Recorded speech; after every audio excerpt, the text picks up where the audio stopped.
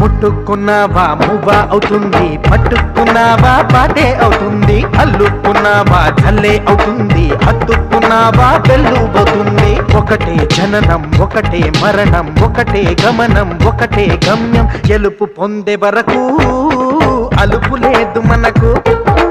బ్రతుకు అంటే గెలుపు, గెలుపు కొరకే బ్రతుకు.